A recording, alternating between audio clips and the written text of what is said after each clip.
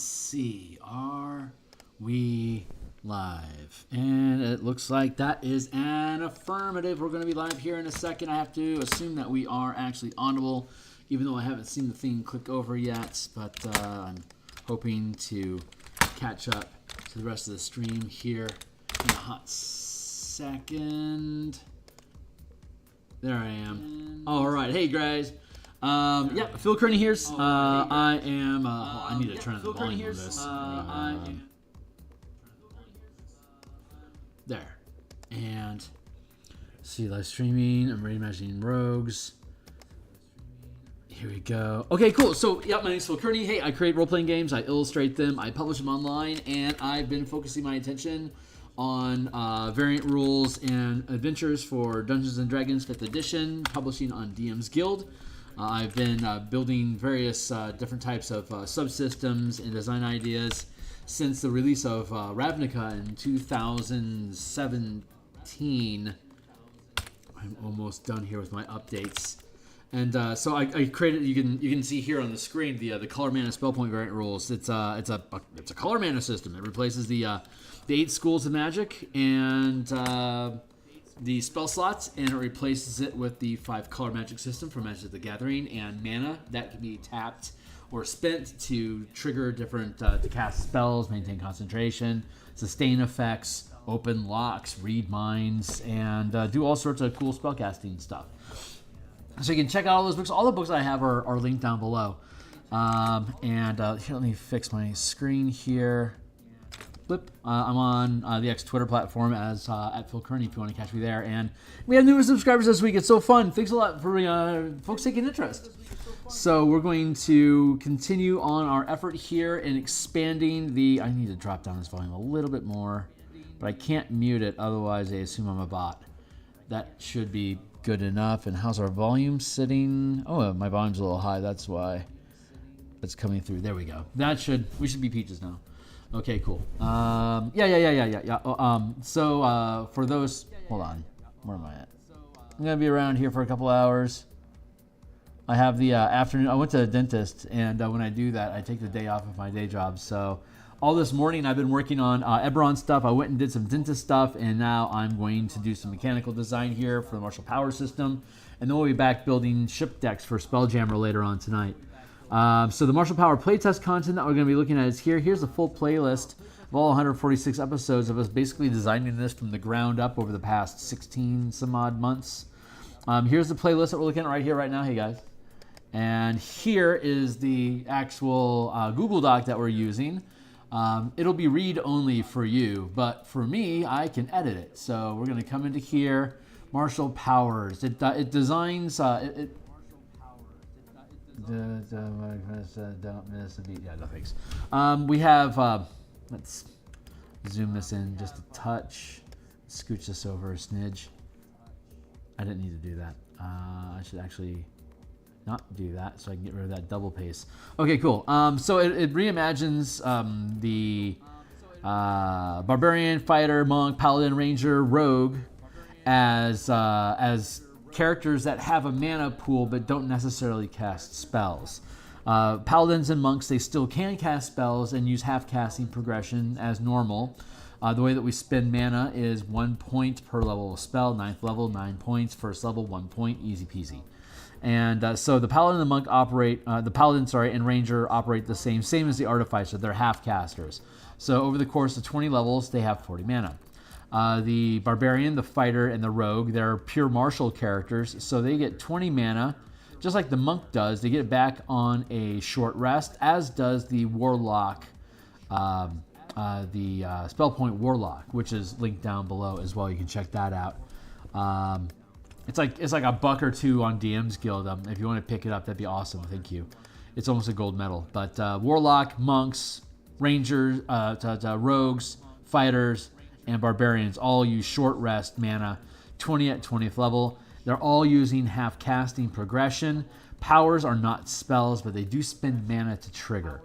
And so you can prepare a stack of powers based on your level. You also get bonus powers when you choose a subclass. So that's what we're going to be exploring today, and we're going to be exploring the rogue specifically.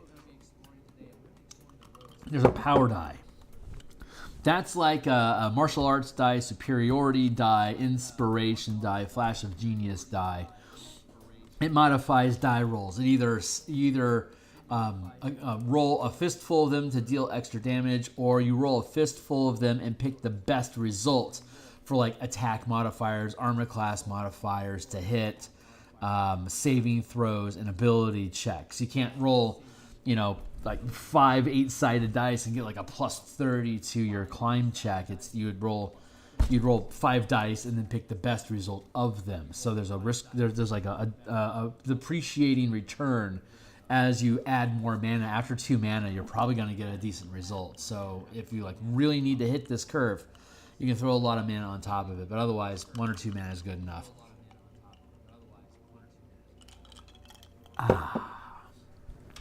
You get up to a D10, which is worse than any of the die dedicated. Monk will be on a D12. Inspiration dies a D12. Superiority dice are a D12.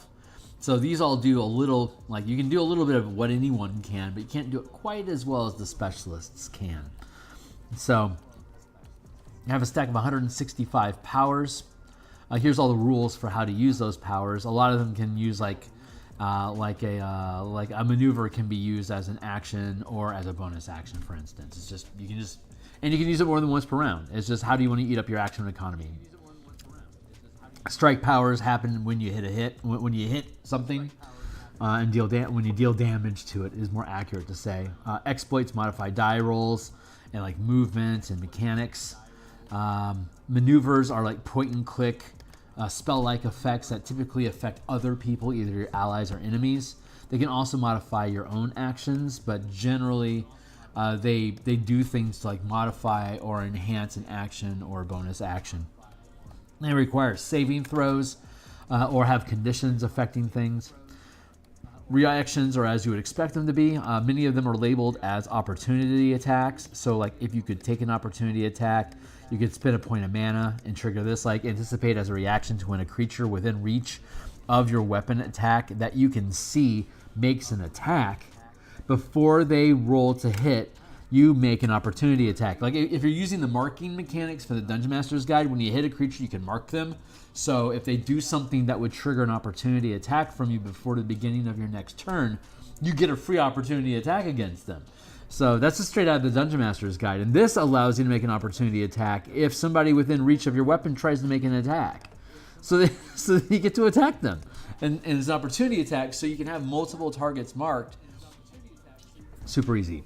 Sentinel, for instance, they try to walk through your space. You can hit multiple targets with Sentinel. It's great.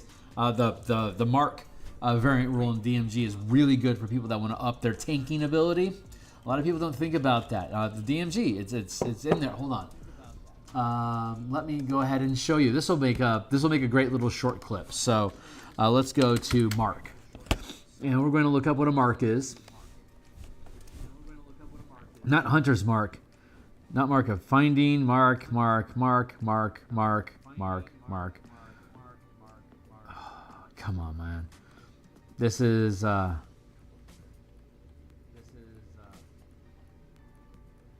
that's D&D Beyond for you. All right, so we're going to try starting this over again. We're going to do combat actions.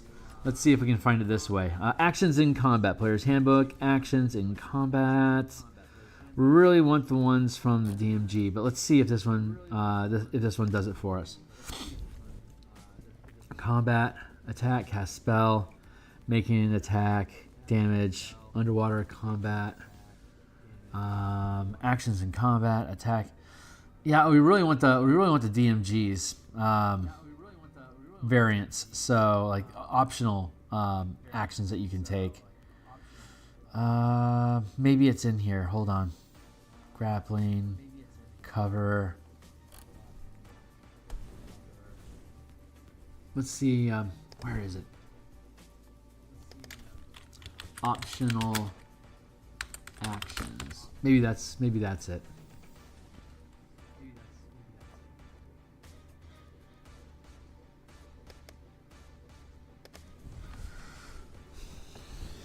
Combat options. Here we go.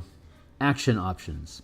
Okay, so there's a rule in the Dungeon Master's Guide. It's a variant rule, and it's called Mark. It's under Combat Options. It's in Dungeon Master's Workshop, Combat Options, Attack, Action Options, Mark. So check this out. This option makes it easier for melee combatants to harry each other with opportunity attacks. When a creature makes a melee attack, it can also mark its target. When it makes the attack, it doesn't even have to necessarily hit. Until the end of the attacker's next turn, any opportunity attacks it makes against the marked target has advantage. The opportunity attack doesn't expend the attacker's reaction, but the attacker can't make the attack if anything, such as being incapacitated or whatever, would prevent you from doing so. The attacker is limited to one opportunity attack per turn, not per round, per turn. So if you have 3 attacks, when you make attack actions, you can mark each one of those targets so that you can hit them with opportunity attacks. You can harry each other. Just to read again here, until the end of the next person's turn, any opportunity attack it makes against the marked target has advantage. The opportunity attack doesn't expend the attacker's reaction, but the attacker can't make it if he can't blah, blah, blah. And you can have as many reactions as you have turns. So if you attack something, you can mark it. You can now make an opportunity attack against it. So we have a whole stack of different types of opportunity attacks that you can make. Where did that page go? Here, I'll pull this one out here so it's a separate tab. There, like deflection is an opportunity attack.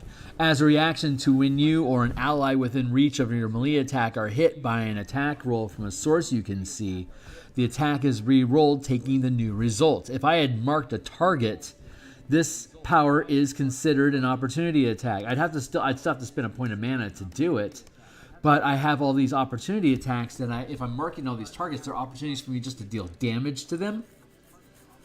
Or if I spend mana as a deflection, I could use this deflection ability to make them re-roll the die and they can't crit.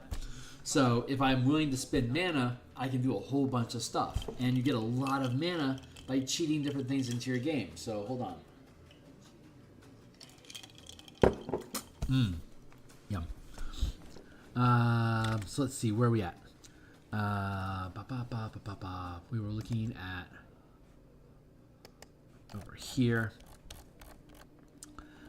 Reactions, and then strikes trigger when you hit somebody with an attack, or when you deal damage with an attack is more accurate. When you deal damage with an attack, you can spend mana to deal extra damage with a strike power that you know. And there's kicker effects like Goading Strike. I can add 1 power die of damage per mana burned. Per mana channeled is the word that we're going to end up using here, because you channel powers, you don't cast spells, you channel power.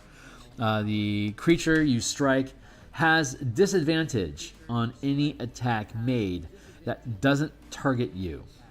The effect ends when it successfully hits you with an attack, and the creature can attempt to end the effect by succeeding an intelligence saving throw at the end of each of its turns. So that's just a simple goad effect, and it'll end if it hits you. So you bap somebody, you can deal some extra damage, and now they're going to have to focus on you or be at disadvantage. There's an upgraded version of it later on, called the Provoking Strike. Your weapon can deal psychic damage and adds 1 power die per mana burned. The creature can only attack you until you lose line of sight or you are incapacitated. The creature can attempt to end this effect by succeeding a wisdom save at the end of each of its turns. Creatures immune to charm save with advantage. So this is a hard provoke. You can goad them by sassing them, and once they hit you, it ends. And they're only at disadvantage to attack other people. But for 3 mana, if you pour on Provoking Strike, you are the only target they can attack until they can succeed that Wisdom saving throw. Now, granted, like legendary creatures and stuff can spend legendary reactions to finish the save. But it's at the end of the turn, not at the beginning. So your character is guaranteed to be able to get the thing off and have it do the thing. And so your target, when you're hit with a strike, is affected by the thing that it does. It might only last 1 round, but it's still gonna hit. So that's a really great quality of life. Like, it's always worth spending mana on a strike if the condition, if the condition is gonna benefit you for at least 1 round. and like getting like peeling off targets, blinding them, paralyzing them, whatever. Even though it might only last one round, like that gives you that opening to get the edge over your opponent. So it's super useful. And then the last thing are sustained effects, which are like self-buffing concentration effects that don't require concentration, and you can stack a number of them at the same time. Each rank of sustained power counts towards 1, and your max, the maximum amount of mana you can stack is equal to your max channel limit. So your max rank of power at 5th is 2, 9 is 3rd, it's half casting, 13 is 4, 5 at 17. So you can stack up multiple sustained effects, up to 5 at 17, 5 mana worth of effects. So, like, yeah, that's good. Like, let's go back and look. Deflection. No, that's a reaction. Strike power equals. Omnilinguist. While sustaining this power, you can communicate with and be understood by any creature with a spoken language, and that costs you 1 mana. So you turn that on, it stays on. Yeah, you turn it on, you spend a point of mana, and it turns on, and it stays on until you're incapacitated or you begin a long rest. It can also be dispelled. And so these things, as you gain levels, they become more and more powerful buffs. Like second rank, Cloud Strider. When this power is sustained, you can fly using your walking speed. You must end your turn standing on a surface that will support you, or the power ends. When the power ends, you benefit from the effects of a Featherfall spell. So this allows you basically 30 feet worth of flight as long as you have something to touch down on. And of course, you could dash. So you'd be able to do up to 60 feet. So, and then if you're a rogue, you'd have cunning action to dash again. So you can move 90 feet. And as long as you're moving those 90 feet and hitting a stride every time to be able to land, you can then bounce off again for another 90 feet, which is like really useful if like you're climbing a mountain. You can just turn on Cloud Strider, and every 90 feet you just bounce up. You're just like pop, pop, pop up the mountain. Fun stuff. Higher ranks, we're going to get into. Nothing goes above 4th rank, like Celerity. That's basically the haste spell without the hangover. But you're the only person that can be affected by it. It only affects you, so it doesn't have the hangover effect. And again, once you turn it on, it's going to permanently eat up 3 mana until you release until you dismiss the power or it ends. And that's when you spend the mana. So you basically put the mana, you tap the mana, you put it on hold, representing that it's active. And when power ends, that's when the mana gets spent. So once the mana is spent, you can regain it. So like when you take a short rest, and if you could gain mana back during a short rest, because you have that 3 mana tap for Celerity, it's going to remain unavailable because it hasn't been spent yet. It's still just tapped. So, and then like frenzied attacks, you gain an extra attack when you take the attack action, and all of your attacks are at advantage. Like that's it costs 4 mana though. Like that's a 13th level thing you can do. So, and then there's combat masteries, which are basically like cantrips. You can do them for free. They require saving throws, but they're free to do. And then there's 32 feats that you can choose instead of preparing a power. You can just choose a stack of feats that are useful for the kind of combat that your character likes to perform. And then there's damage types. You can learn a damage type. So whenever you deal damage with a weapon attack or a power, you could just always do this damage instead of your weapon damage if you want. You can choose it. So, like if I decide to prepare acid and fire, I could deal slashing damage with my sword, but I could also have it dripping acid as part of my magic, or I could have it on fire, dealing fire damage. So the blade and any extra damage I deal would be acid or fire. And then if I had those 2 effects active, like if I had those prepared, and down here instead, like I say, took shocking strike. This would be your weapon can deal lightning damage and add 1 power die per mana burned. That should be per mana channeled. The creature cannot take opportunity attacks until the end of their next turn. That's great. But say I had a slashing damage from the sword, acid damage, fire damage, because I prepared those as damage types, and now I'm spending a point on shocking strike. So I could choose any one of those 4 types of damage if I wanted to. Normally I'd only be able to use slashing damage, but I have acid and fire prep today, and right now I'm using shocking strike. So I have a plethora of different types of damage that I can do that helps not only increase the narrative depth of how your character performs as part of the team, but it gives the DM more freedom to have immunities and resistances against different types of damage, because your characters, if they know what they're getting into, can have these things prepped so they're available when they take a short rest or a long rest. So right now, so that's a quick crash course.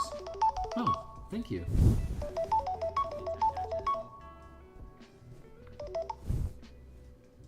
Thank you. Right. So I'm gonna get some chicken wings here pretty soon. So I'm gonna step away for a minute, and but I'll be right back here when it happens. The delivery apparently was running late, so I didn't get fed before stream started. But today we're modifying the rogue. So here's our front end. Rogues are martial caster, martial channelers. So they gain 1 mana per level that they can regain on a short rest. Here's a list of powers. Here's a list of powers. I'm going to slide this to...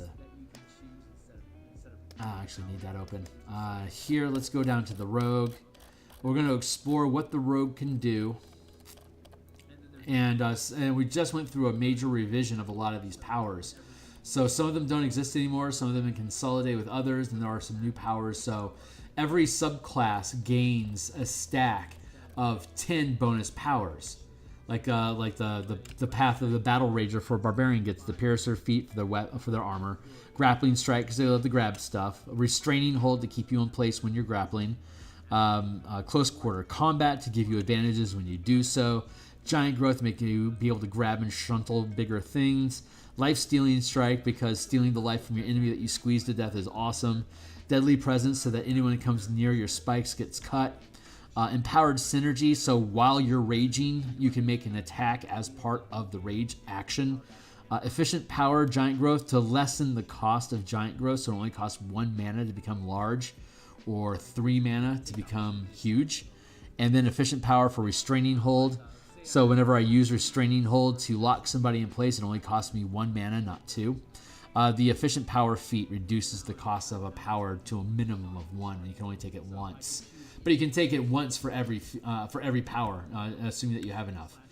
Like I said, everyone gains either bonus feats, powers, or masteries every level. Every time they gain a new rank of power, 3, 5, 9, 13, 17.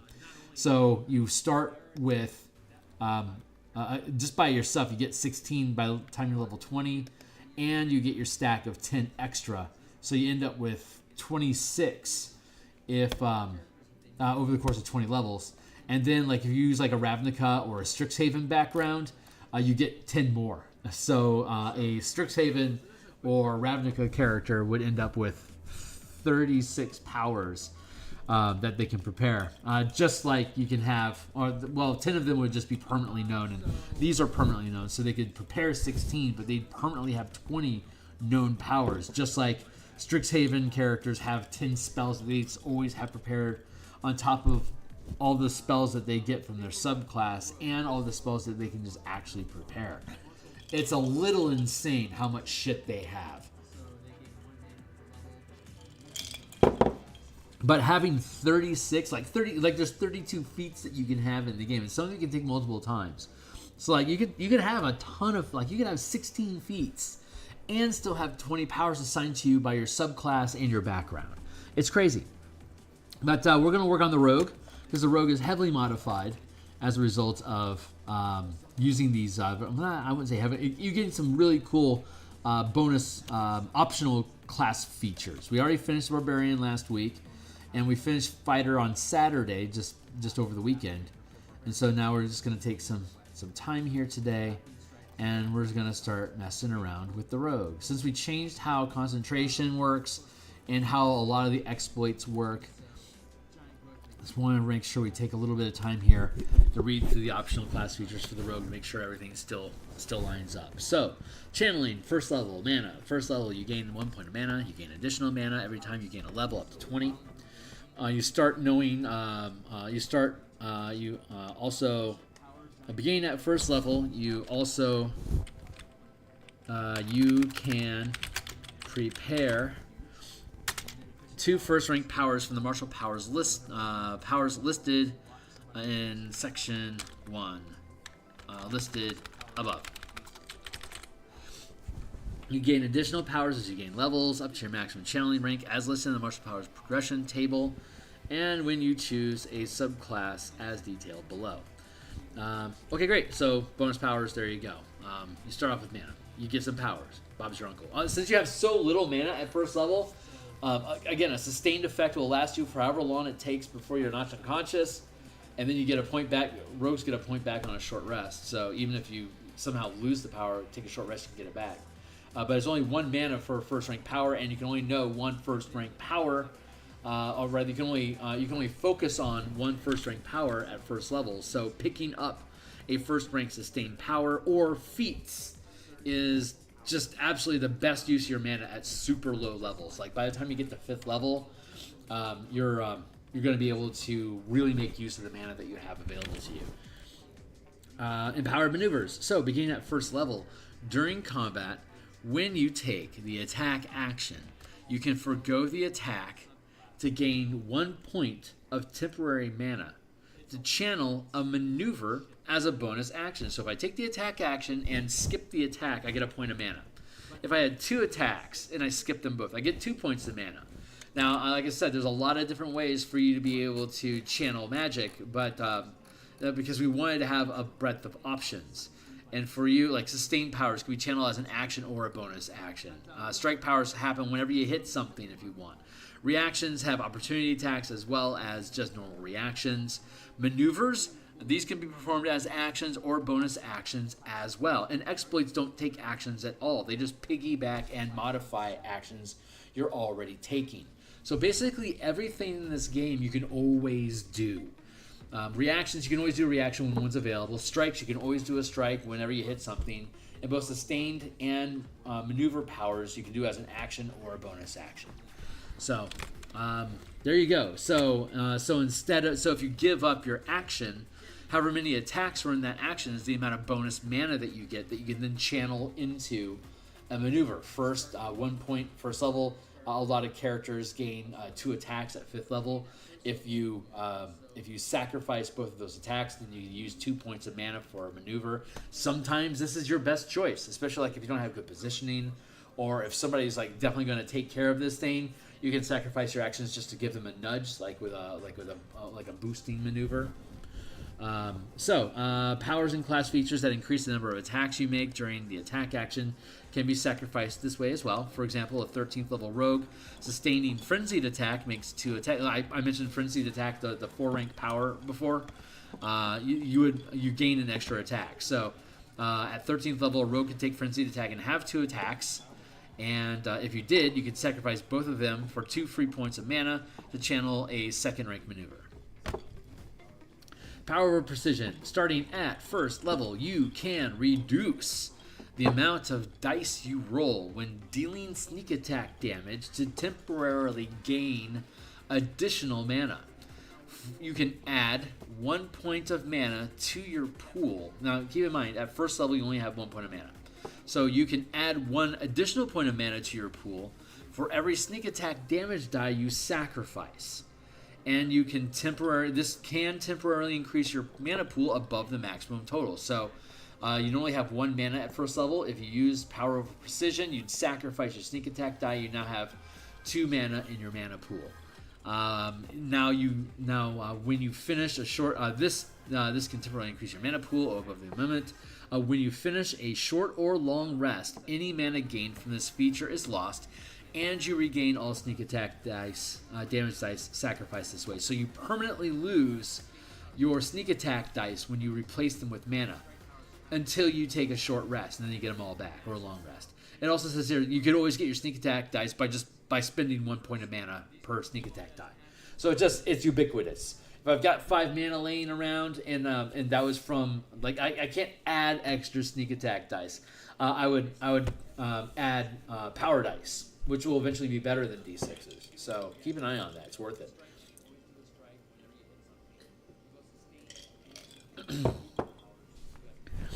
But until 9th level, a power die rolls a d6. So you're better off just keeping your sneak attack dice, unless you're in a setting where you don't anticipate combat and you won't need them. In which case you can sacrifice them so you can get extra mana to do ability checks, different social interaction opportunities, divination stuff, to be able to make better use of your environment, or to be able to manipulate your environment and the people that are in it. So yeah, there's that. Power over precision. Empowered exploits.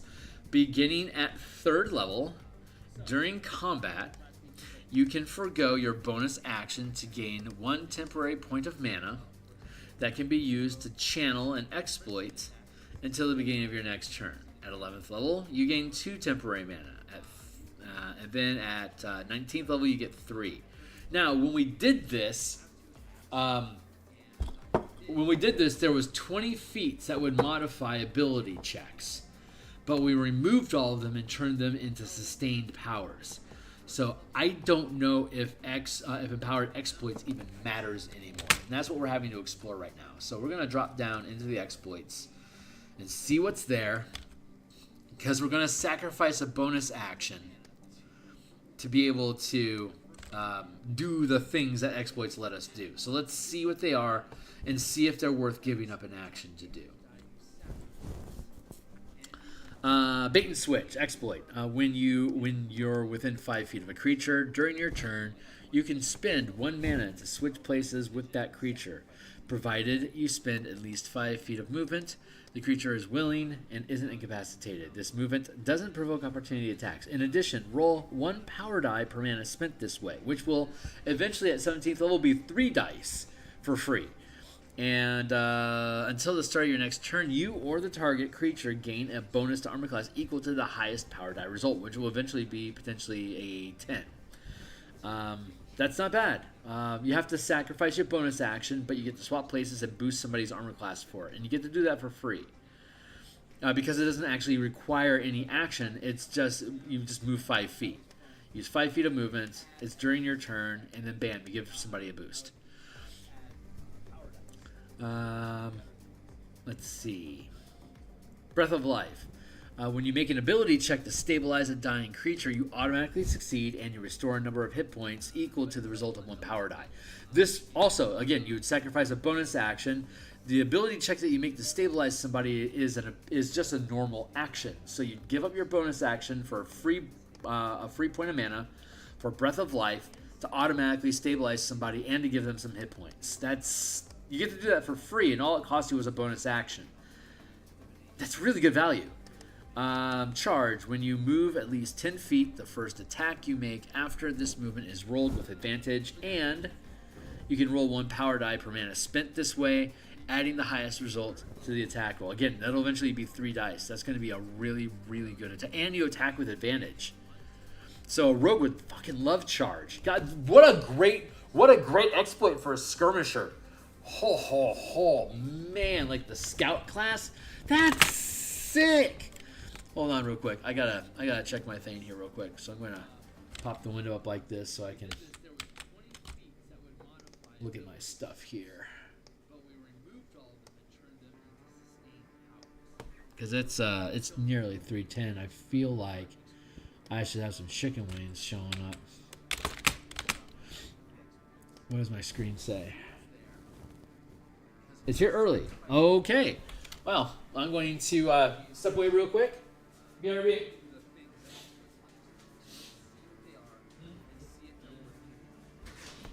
Hey, thank you. Yay!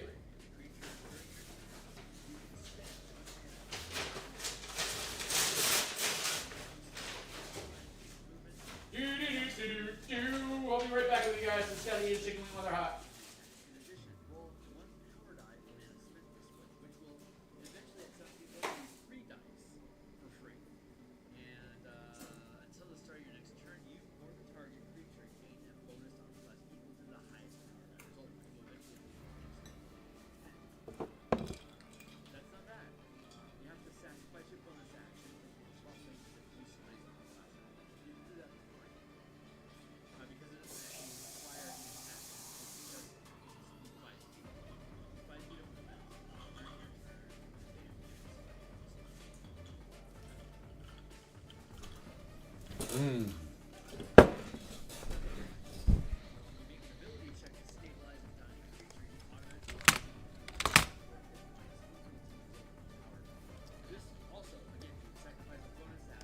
Put this back online.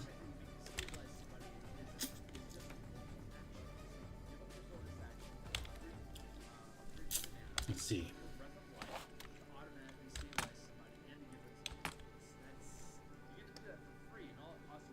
Huh? What's going on in the world?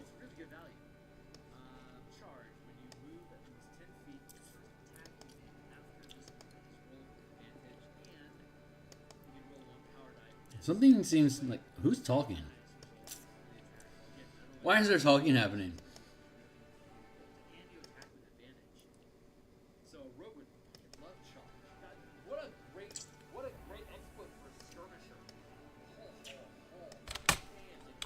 Am I not live? No, I'm live.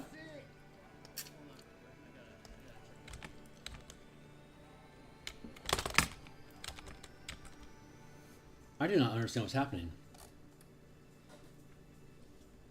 No, okay. Well, oh, okay. Huh. Some weirdness afoot. I'm just hearing things. I guess I'm just hearing things. Cooperative effort. When you use the help action to grant advantage to the ability check. Oh, that's why I have a time delay. I get it now. Like listening to my own past.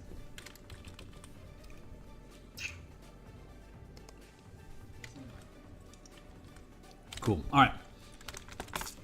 Back on point.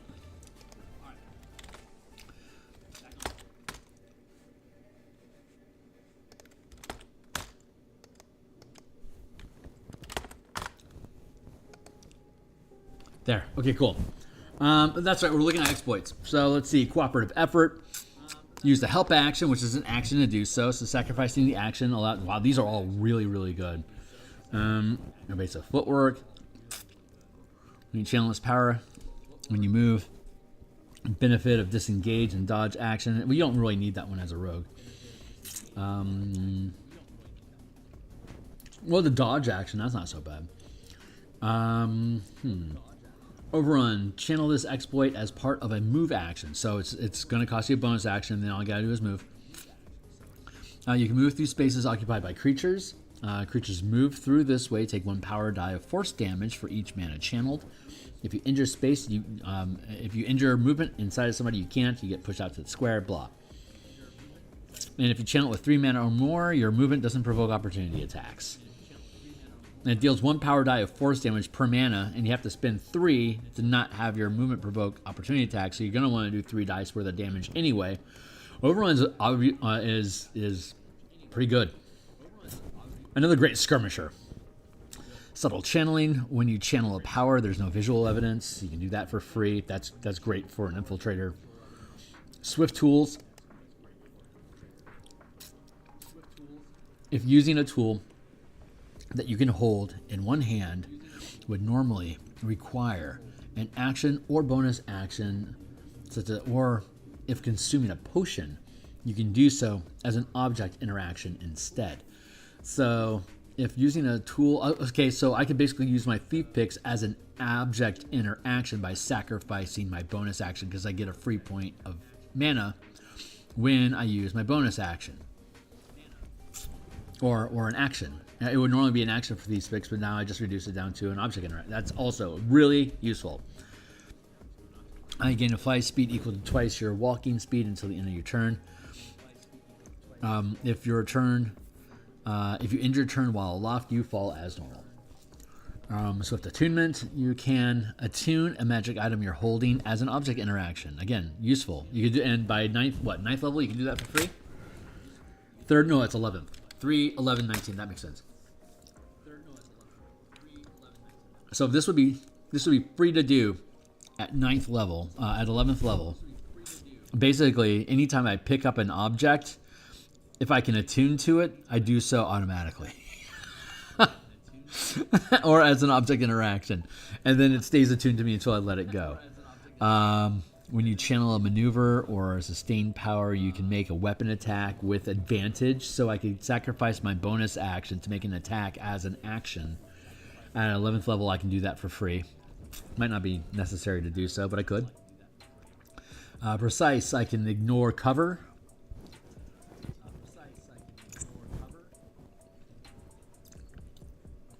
Restraining hold. I don't see myself doing that much as a rogue, but it's possible. Deal damage. First strike. Okay, so at 19th level, I can do these things for free as long as I'm willing to eat the bonus action to do so. When I roll initiative, if an enemy is within range of my weapon attack, I can make an attack roll against them instead. The result of the roll is my initiative count in addition to dealing any damage if the attack succeeds. Opportunistic, when you make an opportunity attack, you can make a second attack against the same creature. So that's an opportunity attack, and so I can't stack. I would have to spend the points as is because I can't normally stack an opportunity attack into a bonus action because opportunity attacks are usually... Where'd I go? Hey, because opportunity attacks are usually not during my turn. So if it's not my turn, I can't take an action or a bonus action.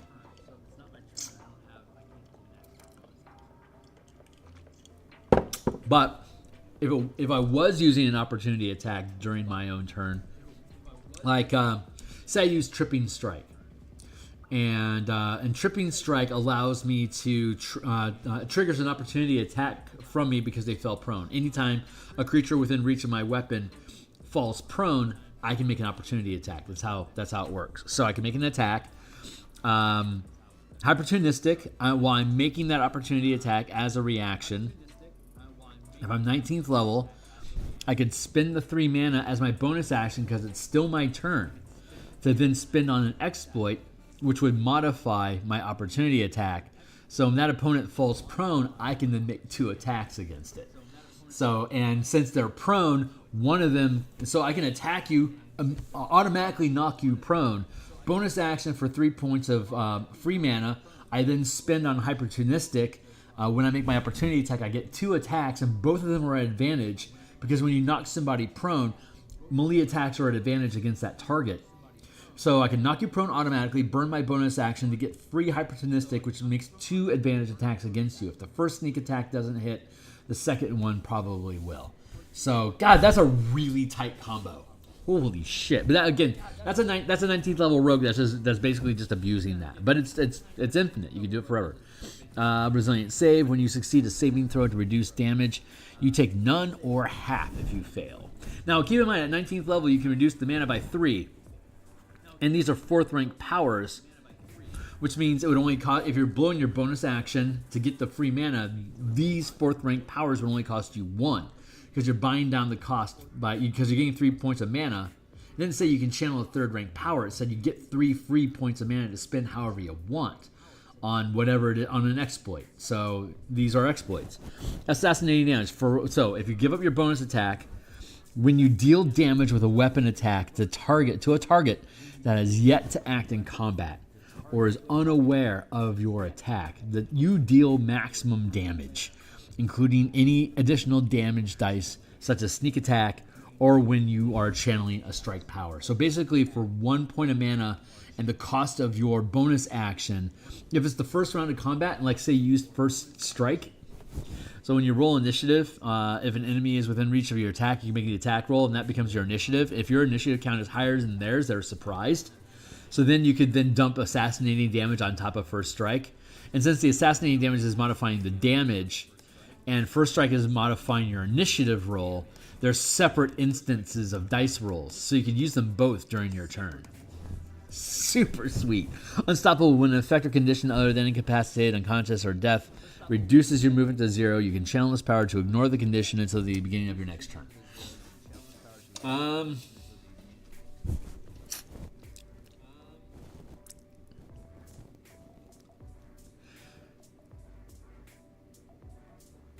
No, this one, it could be, it's a reaction, but we're not requiring you to use a reaction for it. It just automatically triggers. And so what that means is that and the reason why is that is because you are unstoppable. So you could get hit with 4 effects that could reduce your movement speed, but you could throw 16 mana at it and ignore all of them. So it looks like we'll have to pay close attention to what kind of exploits we build in the future. But empowered exploits is absolutely a banger for the rogue. God, that's really effective. Cunning power. At 5th level, when you deal sneak attack damage, you can choose to forgo all 3 of those sneak attack dice and instead get 1 point of temporary mana to channel a strike. You're going to give up 3d6. At 5th level, you're going to get 1d6 back, but you're going to be able to channel a first rank power for no cost, like Shocking Strike, Freezing Strike, Flaming Strike, Psionic Strike, all these different things. At 11th level, 6 dice equals 2 mana. 17th level, 9 dice equals 3 mana.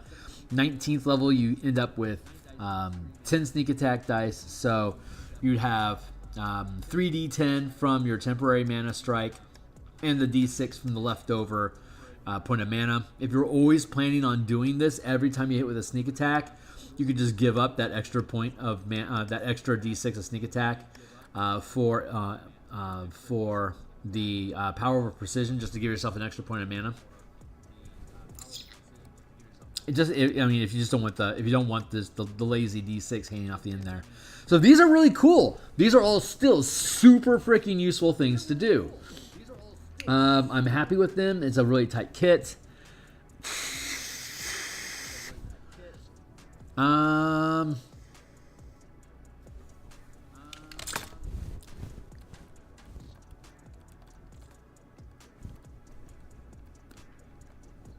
We have to go down to sustained and look at the language of sustained, because sometimes we have things down here that you can spend extra mana on to do a thing. And if we say as an exploit, that will mean that a rogue can abuse them. Oh, I love that. So there it is. Empowered ability. This is a sustained power. It costs 1 mana to sustain it. So at 1st level, you can have this once. While sustaining this power, choose 1 ability score. You have advantage when you're rolling checks and saves for the chosen ability. In addition, while sustained,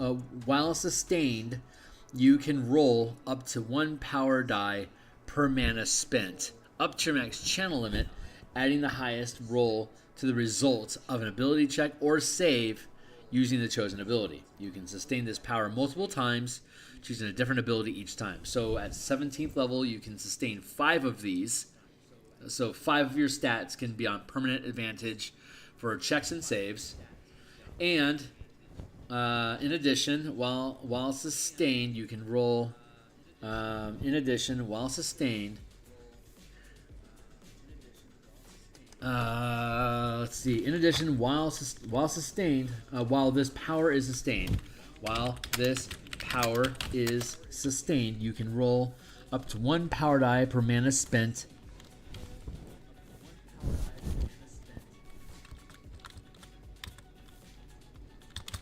Ability. This is considered to be an exploit.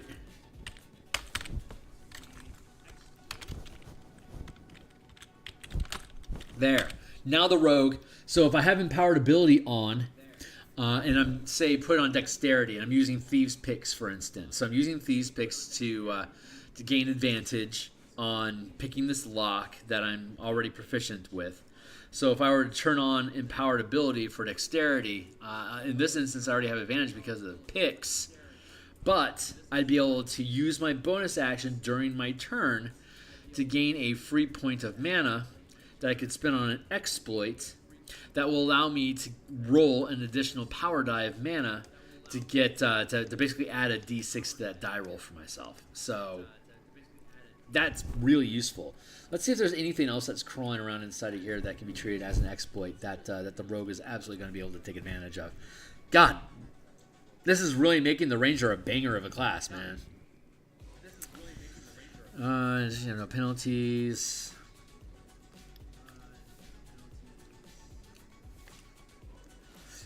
While this power is sustained, you can add 1 power die to the saving throw DC to end a grapple.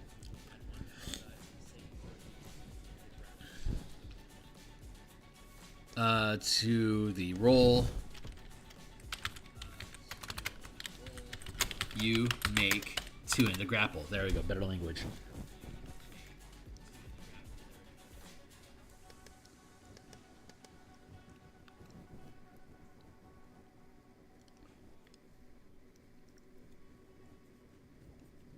grapple you make is sustained power.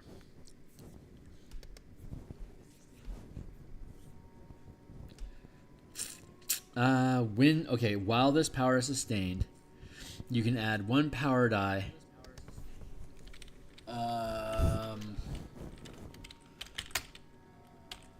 to any grapple checks, to any grapple check you make, or the DC to end a grapple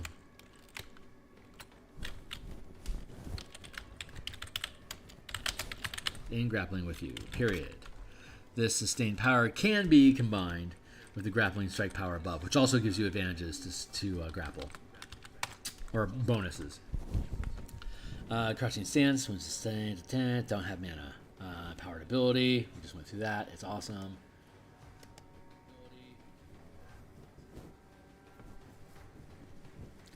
Lycanthropy, once it's on, it's on. Once it's on, it's on. Once it's on, it's on, it's on, it's on. Once it's on, it's on. I'm looking for things that actually have a mana spin. Deadly Presence, once it's on, it's on. No additional mana spent here. In addition, while sustaining this power, you can spend 1 mana and target a creature as a bonus action. If the target fails a wisdom saving throw, it is frightened of you. Huh. In addition, hey, what's up? Fabian Gerhards, what's up? So, I am not in the picture about all these abilities, but it sure looks fun. When you get to play it on Win, you get to... Yeah. Well, yeah. At high levels, it's got a ton of cool stuff. But, again, a lot of the class features that we're looking at allow you to gain free mana. So, one of the things that we wanted to do was create a system that had a spell-like resource so you could do really powerful shit, but not a lot. But then also have the ability to do like really low-level stuff all the time without having to worry about if it's using a resource or not. So the sustained powers, once they turn on, they just stay on. It's like if it's a first-rank power, all you gotta do is spend 1 point of mana, and you turn it on, and it just stays on until you're incapacitated or it gets dispelled. The exploits, like we were talking about earlier, the empowered exploits. If I give up my bonus action, as my rogue gains level, I get more and more free mana to do an exploit. And all those exploits are like, yeah, if you make an attack, or you do an opportunity reaction, or if you're moving, like none of those conflict with a bonus action. So I can give up my bonus action to get free mana every turn. It just depends on how high of a level my character is to see how much of that mana I get to do cool shit with, which could just be added to mana I actually already have.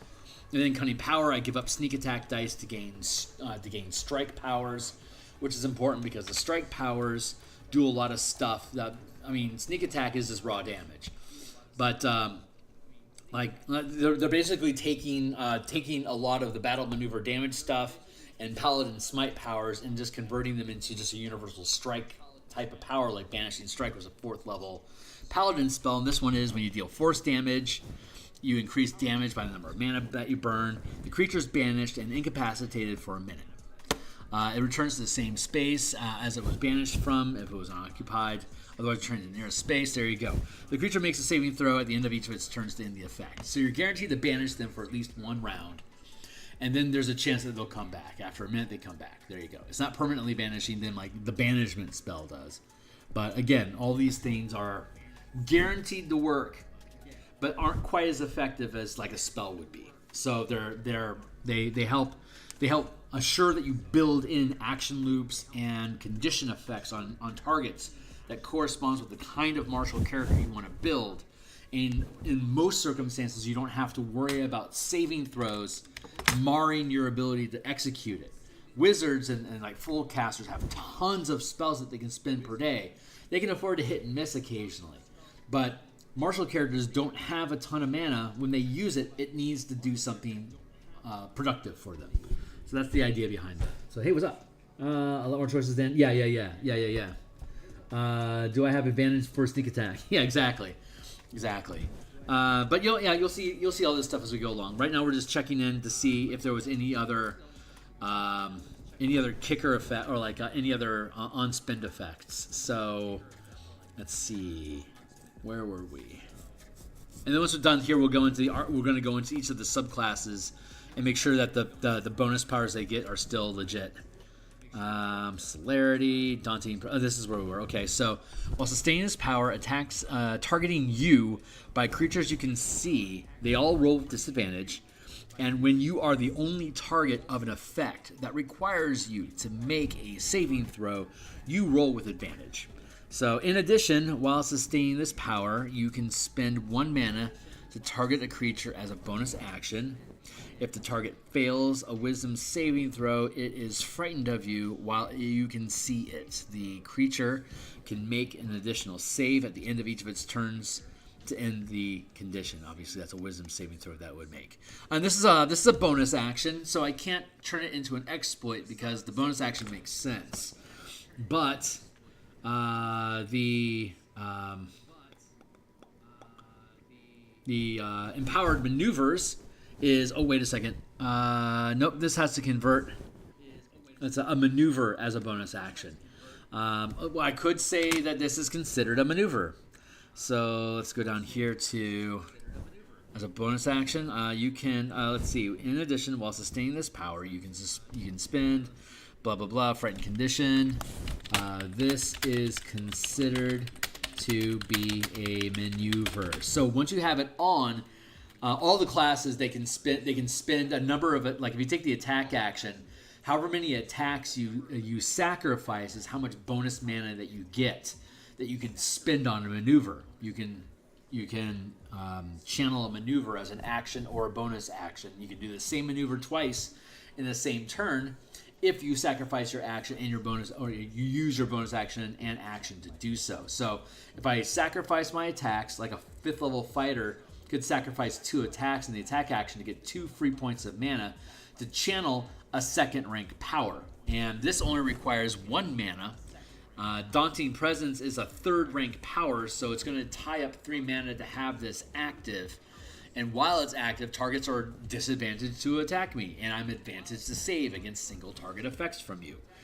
In addition, I can then, as a bonus action, spend a point of mana, and now you're afraid of me, and you can save every turn to try to end the effect.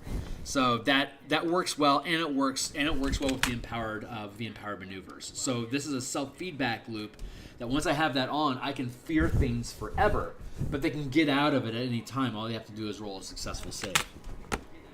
And like monsters, for instance, they can give up their reaction to get a free reroll or to gain a free point of mana to spend as an extra die roll to increase their reaction effect, or to re-roll a saving throw, for instance. So all the monsters can use all of this stuff just as much as the players can. So when you're designing an ogre, like an ogre that can, like, it hits you, it automatically trips you, and then it can hit you twice on when you hit the ground because you fell prone. It has advantage. You give it some sneak attack dice. So you fall prone, and then it crits you for an extra 66 damage, for instance. That's a really mean ogre. But because you can give them all the same stuff. Anyway, while sustaining this effect, you can channel 2 mana to become ethereal for a turn. I like that maneuver modification. That made sense. In addition, while sustaining, you can while sustaining this power, you can burn 1 point of mana as a bonus action. You can channel. You can spend 1 point of mana as a bonus action during your turn, ignoring the max channel limit to do so. I don't have to worry about that. 2, roll an additional fate die. Okay, so Master of Fate. When you trigger this, when you channel this power, it's a 4th rank power, so it's going to cost 4 mana to turn this thing on. Roll 3 d20 fate dice. When you later roll a d20 while this power is sustained, you can choose to replace that result with any one of these fate dice. Each fate die can be used once. In addition, while sustaining this power, you can spend 1 point of mana as a bonus action. Yeah, we should keep it that way. As a bonus action to turn your turn to roll an additional fate die, replacing any results or regaining an additional fate die. Unused fate dice are lost when the power... I don't want to turn that into an exploit, and I don't want to turn that into a maneuver because you can stack up and keep replacing the dice. Like the fun of this is that you're using dice to at will replace results. If you get like a 19 or a natural 20 on a fate die, you're going to use that exactly when you want to use it. And at the same time, you might get like a 7, and that's like a shit die. It's kind of like a waste. So I don't want you to be able to, for free, just keep redoing this every round until you get die results that you want and keep those, and then keep regaining free dice every round by giving up a bonus action or giving up an attack that you weren't going to use anyway. So leaving a mana cost on here does make sense. I think that's okay. Because it doesn't go away and you can control it. Like the fear effect above, that could last only one round. And it's causing you to eat action economy or mana to do it. So I'm content with that. Yeah, this makes sense. And that resolves all of these sustained powers. So that means that the modifications, the optional class features that we've added to the Rogue to make all this system works really well. So now we get to get down into the archetypes. But first, I'm going to take a moment to take a sip and check in. What's up? So would you apply this? Yeah. Yeah, absolutely. I think I covered that already. I probably didn't realize you were asking it, because I don't see so good. So I have to lean in like this to be able to see the text. But yeah, being able to add these things to monsters. There's a whole... you're new, so you don't know. So if you go to the playtest content here on my Patreon, if you want to be a Patreon, God bless you, and thanks for the support. But you don't have to be. So let me open this in a new tab. There you go. Here's the playtest content on my... here's the YouTube stream. And this is the document that we're working in right now, but for you it'll be read only. So you can dive in here and check it out. There's there in the about page of my Patreon. There's also a link to my Discord. It should be active. And let's see. Let's get you real quick. Archetypes. I've got a stack of sample characters here. We have a playtest environment that we're building. I playtested this at my home table at 16th to 20th level, and then I came around the first level to make sure everything was feeling good at the first at first level forward, and we just finished playtesting 3rd and 4th level for 5 weeks, and so we came up with a lot of revisions. Now, these are still out of date, but just you can see here that there's a how to apply these these power templates to characters or to monsters. These are the power dice that they roll based on the CR of the creature. This is the rank that they're considered to be. It's like a CR 14 plus creature has 5 ranks and they roll D12s. So if I were to, like, say, have a strike power hit your character, they would roll an extra 5 D12 damage when they hit you. So, like, you can really tear down teams fast. You don't have to do that all the time, but at this level, they could know up to 6 different powers. So you could have, like, 2 or 3 strikes. You can also do things stacked up by actions, like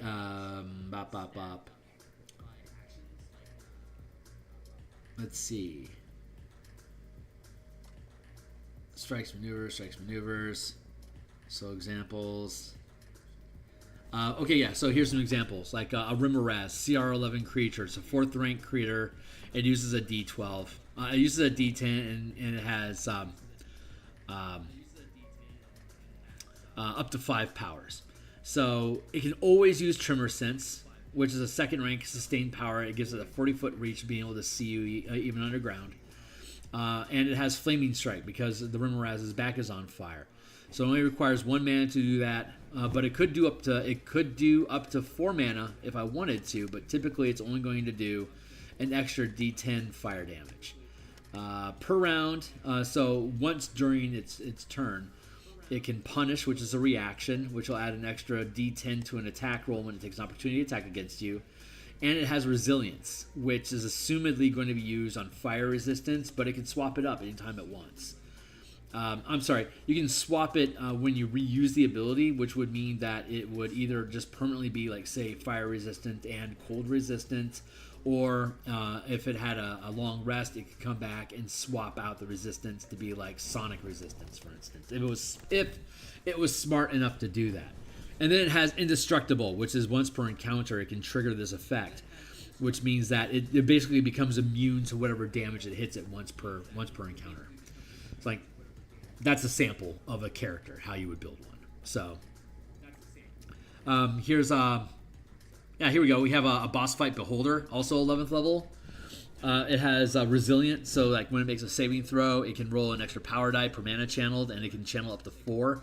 So it'd roll 40-10, and it would add the best result to its saving throw. So you're not going to get a drop on a beholder like that. You're not going to affect it with magics. Curse of Exposure, as a reaction to a creature within 30 feet that's resistant to its damage, you are no longer resistant. That's perfect for a beholder. And that's just a reaction. You can just do it whenever. It has another reaction, and if you treat a beholder as each ice stalk has its own reaction, this gets really fucking rough. A defense barrier. As a reaction to a source you can see, these are all up above. As a reaction to a source you can see targeting you with an attack, you create a momentary translucent barrier granting you full cover. So if each eye has the ability to have its own reaction, and it can either trigger Curse of Exposure or defensive barrier. If it hits you like with like a disintegrating eye that deals force damage, and for right now you decided to have resistance from force damage because of power, I could then hit you with this Curse of Exposure and take that away from you, so it's going to be full damage. So it's going to be full dice damage anyway. Or I can throw up a defense barrier, so when you make an attack at me, it automatically fails because I now have full cover, and you can't attack things with full cover unless you have an attack that ignores full cover. And you can't even see, and it's translucent, so like even the monk's Sun Soul fireball effect doesn't work because you can't see through it. And then of course, telekinetic bubble. So it just basically has the ability to create an Odalix resilient sphere, either for itself or against a target, and it can just turn that on. So at any time it can just bubble itself, so it's inside of an indestructible bubble, and then all it has to do is open up its large eye, and the bubble disappears because it has dispelled it. So it can have a bubble in effect, and while its eye is open, you don't know the bubble is there, because his anti-magic eye is turning that bubble off. But when he closes his eye, the bubble turns on, and he's immune to any damage. Oh my god, that's just such a dangerous foe. And then regeneration, it just allows you to heal hit points over time, just to make it resilient. But yeah, these are the kind of things that you can do. Just insane sick shit. Check it out. This is down on page 86. So you can pick up 20 different monster manuals. I don't care. But you have 165 powers in this book that you can stack on to any creature that you want. So all you have to do is take a basic goblin and give it like 4 or 5 different types of powers to make a theme, and you're good to go. Like for example, from 4th edition, there were a number of types of creatures. There were artillery, brutes, controllers, lurkers, skirmishers, soldiers, and solo monsters. So you could turn your goblin into an artillery creature by looking at what is its rank. And we're looking at first rank, second rank, and third rank stuff. So an artillerist creature, if it's only like up to one hit, only up to CR1, it could have these first rank powers. As an artillery creature, it can do these things: avoid full cover, which is once per round. It can avoid full cover with an attack, and it gets a bonus attack. And then it always has the ability to use ranged assault, which is like it could just create ammunition out of nowhere. And once it has access to strike powers, like at higher ranks, it can use them with its strike. And then you have a brute, you have a controller. These are just like really simple, basic templates, just like in 4th edition, that you can drop onto a creature, and suddenly it becomes a really big fucking problem. So like a skeleton with rogue stance, so it has like dash. so skeletons can dash you. Oh, sad, ugly times. So yeah, that's the stuff you can do with monsters. That's all here at the back end of the book. I thought that was worth checking out. So, I currently DM a party of level 16s, and normal monsters do not really last. Yeah. Like CRT, yeah, of course they're not. Yeah, monster problems could be. Yeah, they really can. It allows you a lot of flexibility and being able to change the rules. We have opportunity attacks against forced movement in this book. So, like, if you push somebody 15 feet through a friend's space, they can make an opportunity attack because they're moving through their space, even though it is forced or unwanted movement. Too bad. You're a target. I'm going to hit you now. If you have the reaction available, you can do it. Stuff like that. A lot of ways to make combat to create combos, like to create your own combo. Like with Sentinel feat, if you try to move out of my area, I can hit you with Sentinel to make you stop. So I can hit you with an attack, make it a push attack to shove you, which triggers an opportunity attack off of a Sentinel, which then makes you stay in place. So I shove you, I Sentinel you, I hit you twice in my own turn, and you didn't move. And if the attack that I hit you with, or the opportunity attack, is a shocking strike, you can no longer take opportunity attacks against me next turn. So I could hit you and then double bounce you with Sentinel and then walk away from you, and you can't make an opportunity attack against me because I just shocked you out of it. So you can do like cool little combos like that. And the DM can do cool combos like that against the characters too. You just gotta be really careful about not being a dick about it, because you could do like some serious juggle lockdown stuff. Like a Hydra that has like moving target reactions and like reactions that trigger reactions when they hit. And you have 8 Hydra heads. You could just be juggling your barbarian around in the air between the heads for an entire round, him getting hit 8 times before you dump him back on the ground. And that was just the Hydra's reactions. Now it can actually act. And if you really wanted to make it bad, those are just opportunity attacks that didn't eat its actual reaction. So it would still have legendary reactions available to ward off any kind of like a banishment or some fuck you spell, right? Sick stuff. Super fun. Hey, what's up? Sick stuff. Yeah. God, beholders are so fun. Looks very cool. More agency for martial classes and monsters. Looks fun. Yeah, right on, man. This is what we're building. If you end up finding your way to my Discord channel and you're interested in playtesting, once I get done with the document here again, we'll be playtesting level 5 and 6. 2 or 3 weeks at level 5, 2 or 3 weeks at level 6. We'll have a session 0 beforehand, and it'll probably be on a Monday night like this. So keep an eye out if you're interested. And then once it publishes, it'll go with all the other spell point stuff that I've done on the DMsGuild already. You can check all that stuff down here. The 5 color mana spell point variant rules. It converts magic from the 8 schools of magic and spell slots into a color mana system from Magic the Gathering, where you're tapping and spending mana to trigger different effects. So the full book is here, and it does, and it breaks down spell colors, but there's actually an updated document here that's pay what you want. If you're into MTG stuff, this is pretty cool. This is a revised list. I'm going to update all these books when the 2024 Player's Handbook comes out. But for now, white, blue, black, red, green magic, the damage types devoted to each color, and then given what each color represents and the type of damages that are associated with, we can then break down the spell list, like Acid Splash is black or green, and Blade Ward is a white effect, Chill Touch is necromantic, so it's black, Dancing Light's Illusion is blue, but it should also be white, so I need to update this. Druidcraft is obviously green, Firebolt is obviously red, so like it's got the entire, this pay what you want for free. It has all the spells from the Player's Handbook. But anyone that were to pick up the full bundle gets all the spells from all the books from all the times ever. Anyway, I'm just bragging about shit because this is some of the stuff that I built. I also have the Spelljammer book. That's worth your time looking at too. But this Martial Powers book gives us the same mana system for all 13 classes. So once this book is done, you could like have a fighter that goes to Strixhaven, not because he wants to be a spellcaster, but because he wants to learn how to control his mana. So he joins, Lorehold because he wants to be devoted to white and red magic, but he wants to use martial powers, not spellcasting. So he joins Strixhaven's colleges and joins the Lorehold Brotherhood so that he can learn how to be a mana-powered explorer to go spelunk ancient treasures, Indiana Jones style and shit like that. So anyway, that's the idea. So you can have like scholarships. You can have a Mage Ball scholarship for martial characters. So all the Mage Ball tournaments now become skirmishes between spellcasters and martial characters. So you can build a little PvP team of like 4v4 character groups that are all throwing mana and chucking it around, and everyone gets their mana back on a short rest.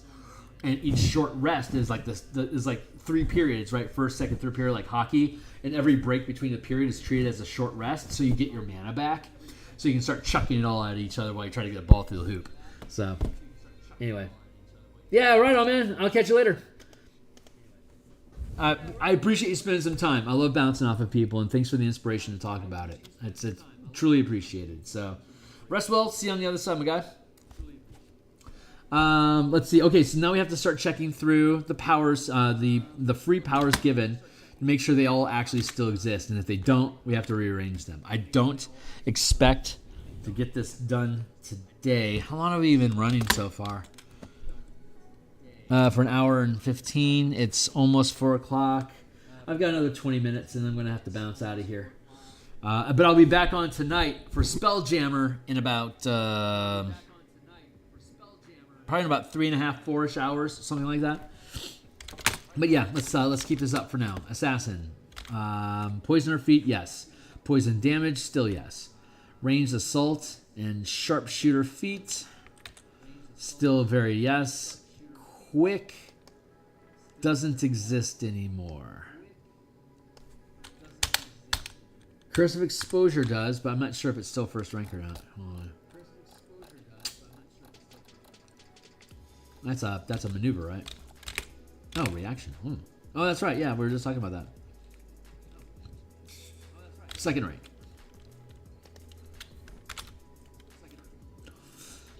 Assassinating damage, which eventually is reduced from 4 damage to 3.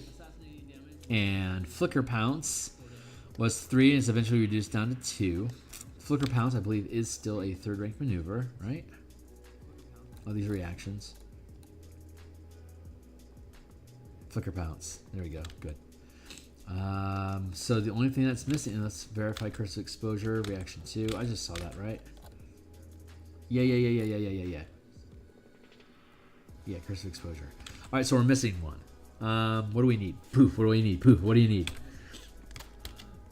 We're doing assassinating stuff, poison type stuff. We need exploit. And that exploit needs to be subtle power. There it is. Subtle channeling.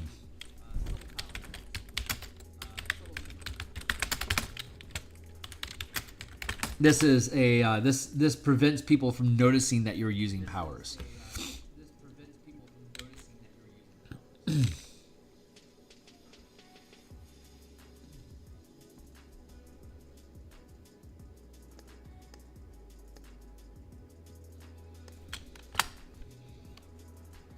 Yeah, when you channel a power, you can't tell where it came from. There we go. And I guess all the features are still cool. Nice. Okay. Inquisitive. Keen Mind still exists. Inspired Skill. Sustained 1. I don't know. I don't think Inspired Skill survived the updates. So let's see what we're going to change that to. Instant Skill. While sustaining this power, you gain proficiency with any skill or tool.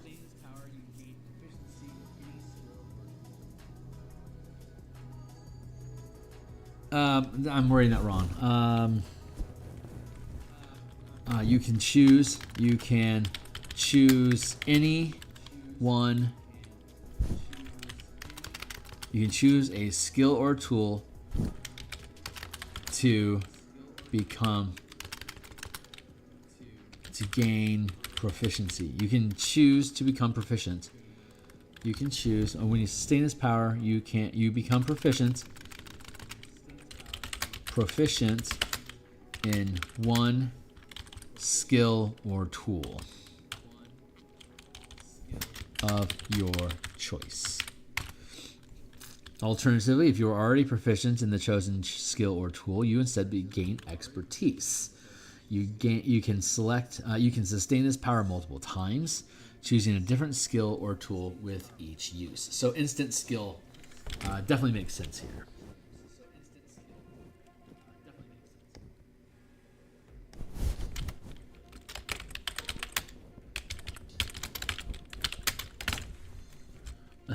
Astute. Astute no longer exists. Blinding Strike still exists. Inquisitive no longer exists. Countering Attack, I believe, still does. I think it's still 3rd rank.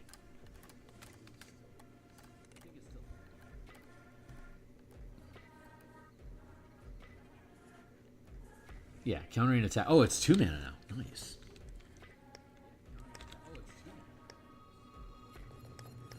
Blind Sense is still 1st rank. Swift Assessment. Swift Assessment.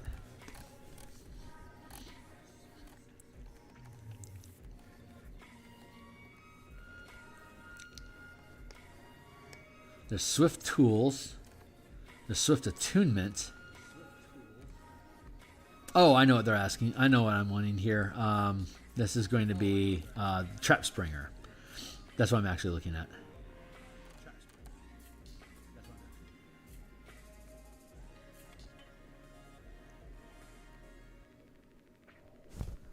You know what? Honestly, Omnilinguist is pretty good.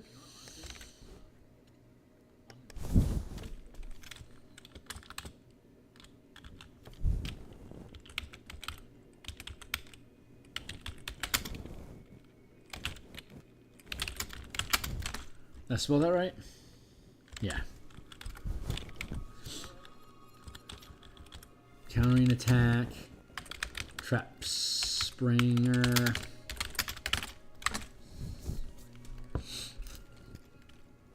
Trap Springer, while this power is sustained, gain advantage on any intelligence investigation and wisdom perception checks to notice traps. You automatically understand the general nature of any traps revealed this way, and you gain advantage on intelligence or dexterity checks using tools you're proficient with to disarm traps.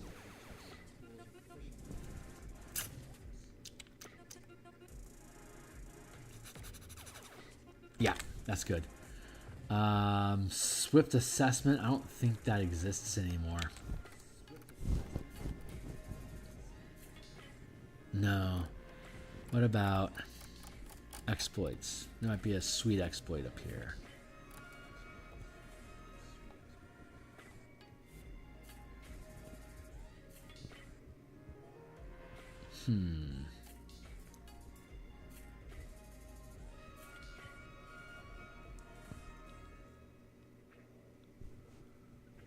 No, not really, actually.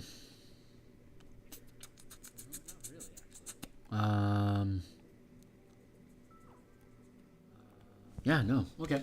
Well, let's go ahead and get rid of Swift Assessment. Cursed Brand. Mind Sense still exists. It's different from Blind Sense. That's important.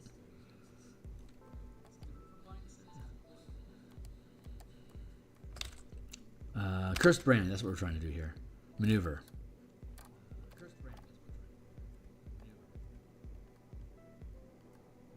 Cursed Brand. 2nd rank.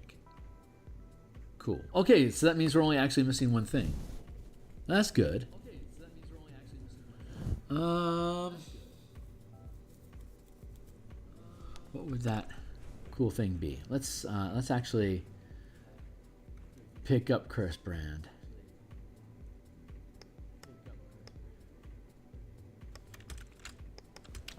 Move that to there. Inquisitive. Maybe Asium Strike would make a lot of sense. I kind of like that idea.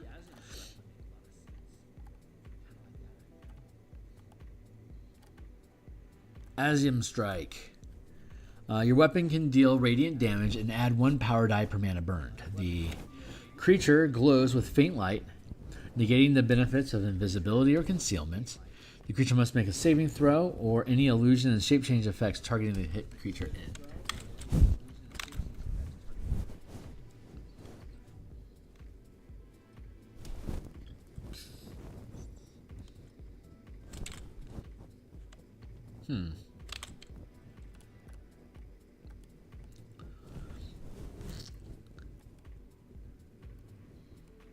Let's go with Anchor, actually.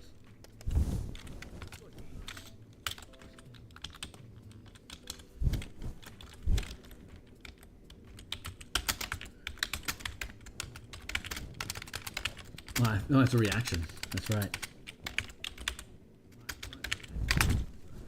As a reaction to a creature you can see attempting to move, teleport. As a reaction to a creature you can see.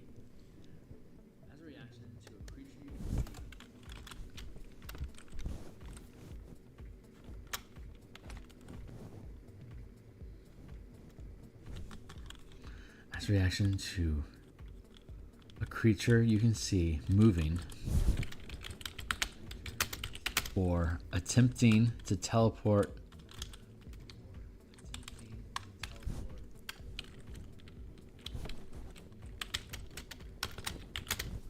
or shift planes.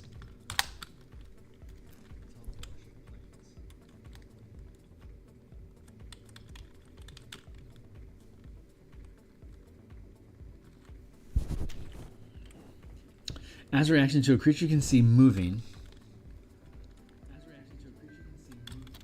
including forced movements.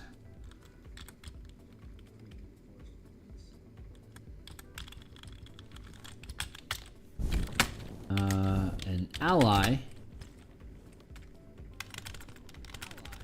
if you target an ally, you can forego dealing damage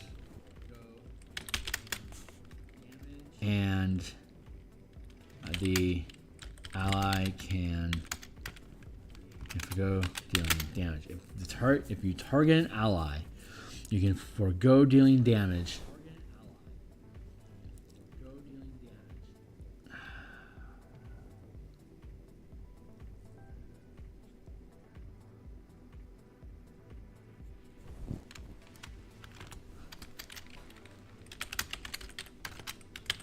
And reduce the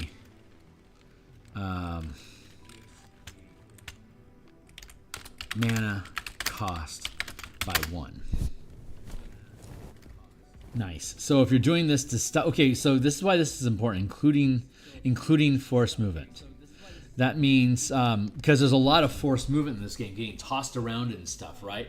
So as a reaction to a creature you can see,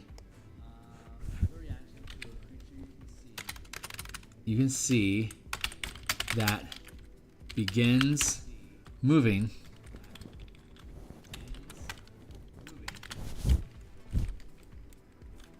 As a reaction to a creature you can see moving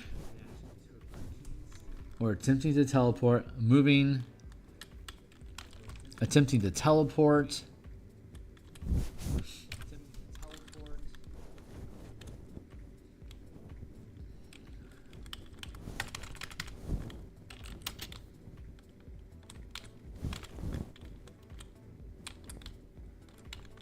move, teleport, or shift planes,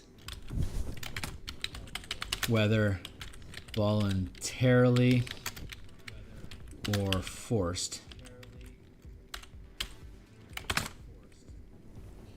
It takes 1 power die of damage. Because you can be forced to be banished, which is shifting planes. You can be forced to teleport, which is self-explained, and you can be forced to move. So as a reaction to a creature you can see, moving, teleporting, or shifting planes.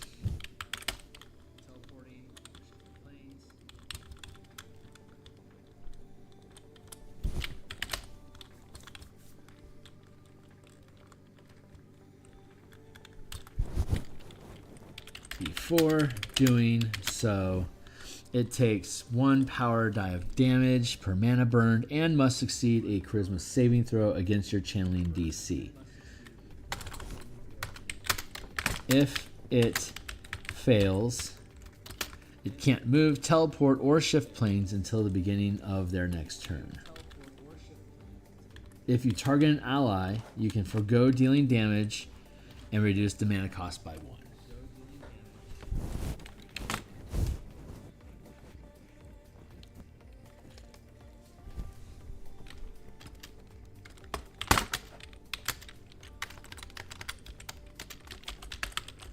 creature,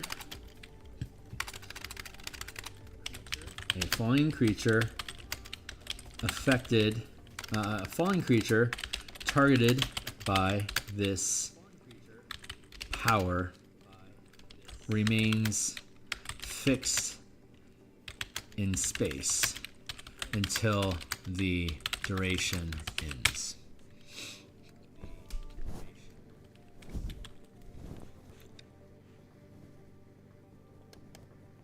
There, you just nail somebody to the sky for 3 mana. If it's an ally, you only have to do it for 2.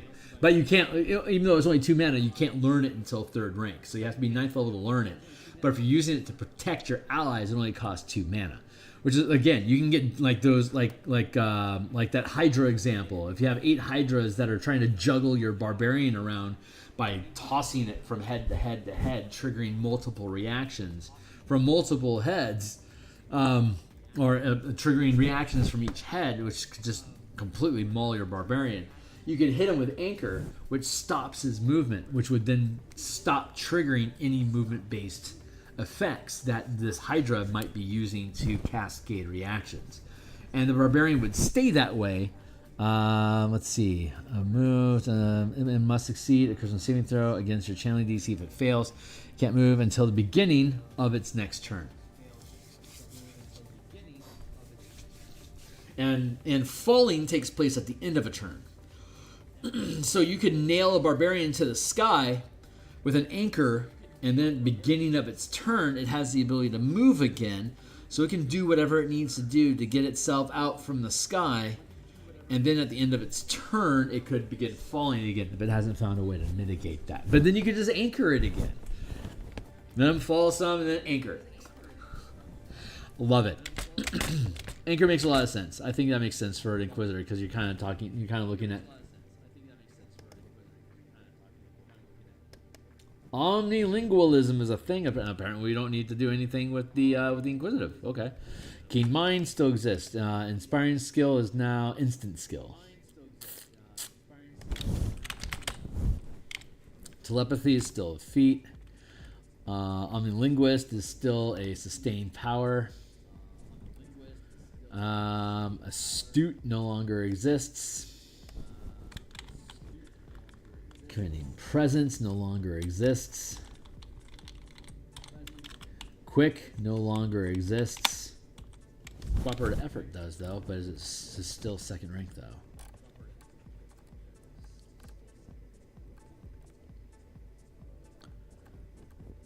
Exploit now. And it's only 1st rank. Cooperative Effort, Exploit 1. Very nice. Mind Sense still 2. Curse of the Muddled Mind, I think it's still Maneuver 1.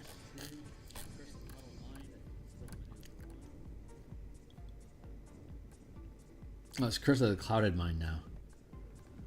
And it's 2nd.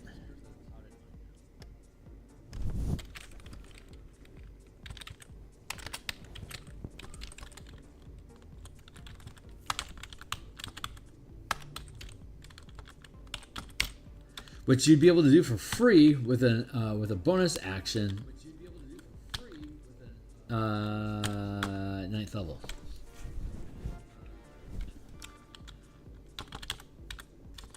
So Cooperative Effort, that feels like a good 9th level instead of 13th level ability, since I've got some gaps going on over here. God, such a low end costs. Okay, so I got 3 things to get the stack on, a 3rd or higher, up to 4th. So let's work our way down, since 4th is everything. Which one are we working on here? Mastermind, huh? You know, Master of Fate makes a lot of sense for a Mastermind to me. Yep, Master of Fate.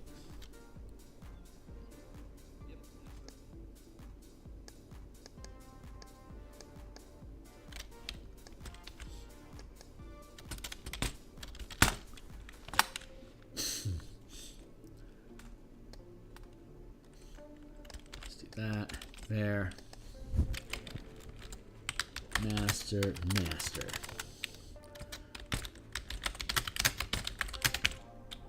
+4. That's a good one.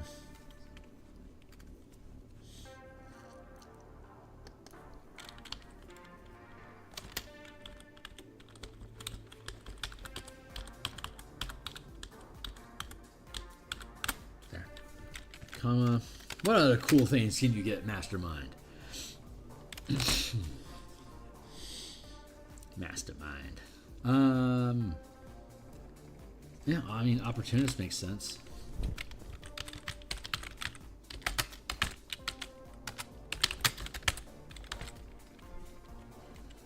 Not sus 2. Master of Fate. What's some other cool high-level mastermind things?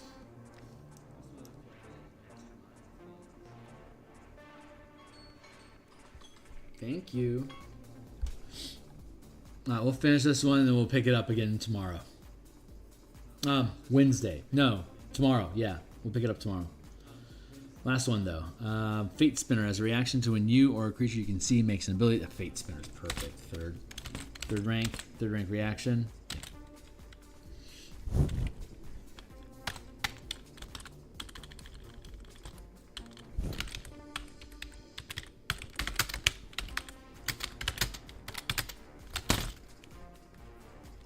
As a reaction to when you or a creature you can see makes an ability check, attack roll, or saving throw, you can alter fate by rolling a number of power dice equal to the mana burned.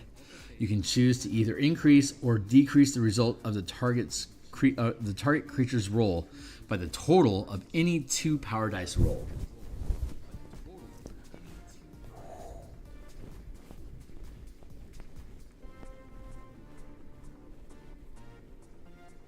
Wow. That's nice. And you could buy this down to second and still have the 2 dice. You add them together. You could spin up to 5 dice to get the best 2 results, add those together. So you could potentially dump somebody by 20 points. Fate Spinner's sick, dude. It's expensive, but it's sick. All right, so that's where we're at. When we pick up next time...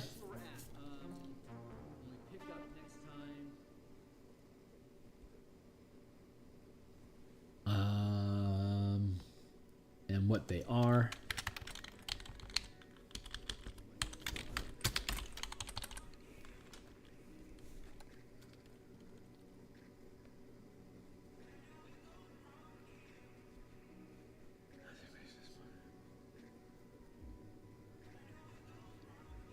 Okay, cool. And that was the only change. So when we come back, we're going to start working on the Phantom. So we have the Phantom, the Scout, the Soul Knife, Swashbuckler, Thief. We have 5 more subclasses to go, and we'll have probably about an hour and a half to do it tomorrow. Fucking wicked, man! I am excited. This is really folding together nicely, and this stuff is starting to feel really polished. I'm really, really happy. So okay, cool. That's it. So when we come back tomorrow at lunchtime, we'll work on the Phantom. I'm out of here for now. I will be back to do some Spelljammer stuff. Probably in about 3.5 hours, and I'll see you guys then. Thanks a lot. Check it out.